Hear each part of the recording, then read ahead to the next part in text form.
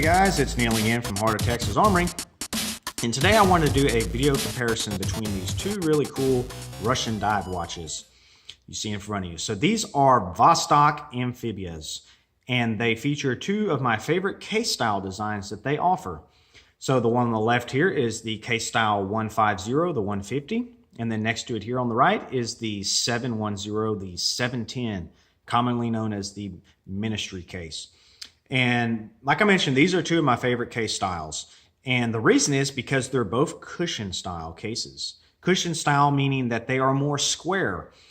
So your length is going to be shorter and your width is going to be usually over 40. So, you know, it's just a squarer case versus the traditional diver is going to be more narrow on your width and longer on the length. And I always tend to like the cushion style cases. One, I have a 7-inch wrist and I like to wear a larger case style whenever I can, but I don't want a long Lug De Lug width because I don't like having those lugs overhang off the top of my wrist. So that's why I kind of go toward these cushion style cases, and these from Vostok are particularly excellent in my opinion. So what we'll do is we're going to compare some of the key differences between these two cases. That way you can decide, maybe if you're in the market for a Vostok, you can decide between these two if these are two case styles that you're considering. So we'll go over the dimensions first, and then we will go over just a few minor differences between the two cases. I mean, they are pretty similar if you look at them, but there are a few differences I'd like to point out. So first off, let's go over the dimensions. So let's go with the case diameter. So both of these watches are 41 millimeter case styles, or case diameters, excuse me. When I actually measure them with my calipers, I get with the 150 41.5 millimeters, and then on here on the 710 I get exactly 41. So just slightly bigger on the case diameter with the 150. If you include the crown, I'm getting 46 millimeters here and 44.5 here. So again, a little smaller. And part of that is because the crown is recessed into the case on the 710. We'll look at that in more detail in a minute. Next up, let's talk about the lug width, which is for your straps. Both of these watches are 22 millimeter lug widths, so exactly the same. Next, we'll talk about the Lug De Lug, which is that shorter dimension that I talked about earlier that makes these cushion style cases. You're looking at 46 with this one, 46 millimeters from Lug De Lug, and on the 710, 45. So just a little bit shorter with the 710. Case thickness. Oddly enough, this one measures just under 15 millimeters, so a little thinner. And this one here, the 150, measured 15, just over 15. So actually a little thicker overall case thickness with this watch. And we'll show side profiles here in a moment so you can actually look at these. And then the final dimension or spec I want to talk about is the weight. With the 150, according to my scales in grams, I'm getting 68 grams with this one and 66 grams with the 710. So a little heavier. And it's because this case is a little more beefy than the 710. So that's your basic specs. So let me go ahead and get these straps off. And you'll notice here I put this, if you watched my first look on this watch yesterday, I recently changed out the straps and I've gone with this blue NATO, and boy does it look good on it. I think it really sets off the watch. So I'm gonna probably go with this blue NATO with this watch from now on. But let me go ahead and get that off. So definitely check out my first look video of this watch if you're interested. And then of course my 710, I've got a review already on my channel. And let me remove the NATO off of that one. All right guys, so here we go. Now we can look at these in a little more detail. So like I mentioned, you'll notice just looking at them visually, this one just looks a little bigger. The main reason is because the case is slightly bigger, but it's because that crown sticks out. You look here on the side profile from the back. Let me see if I can refocus my camera. There we go. You'll see that the crown is fully exposed. There is no crown protectors at all on this case style with the 150.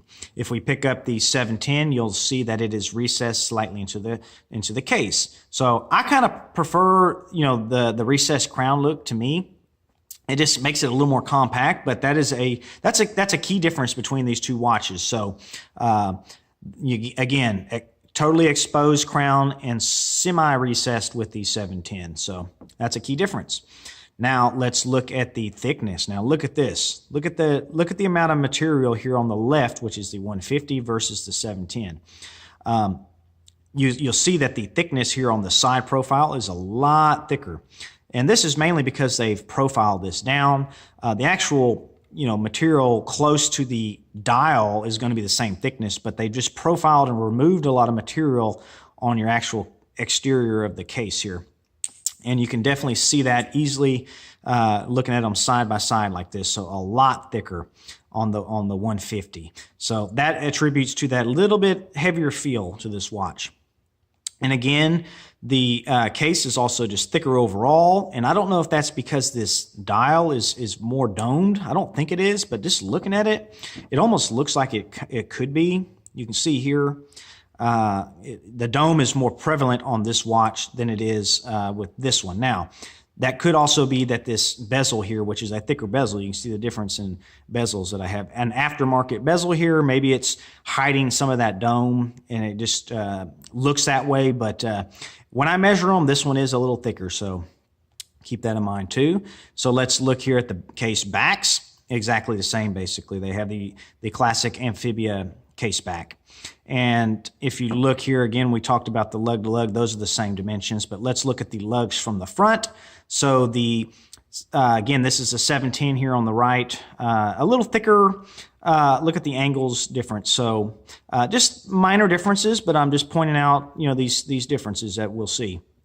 If we look at them here up close, you'll see the angles are a little different. The 710 to me is a little more angular, whereas this one's a little more just smooth surface. So it kind of goes from this point here at the 9 o'clock and just a smoother sweep all the way to the end of the lugs, even though there is a small angle there. But if we compare that surface with the angle you see here on the 710, it's just this case is going to look a little more square to me.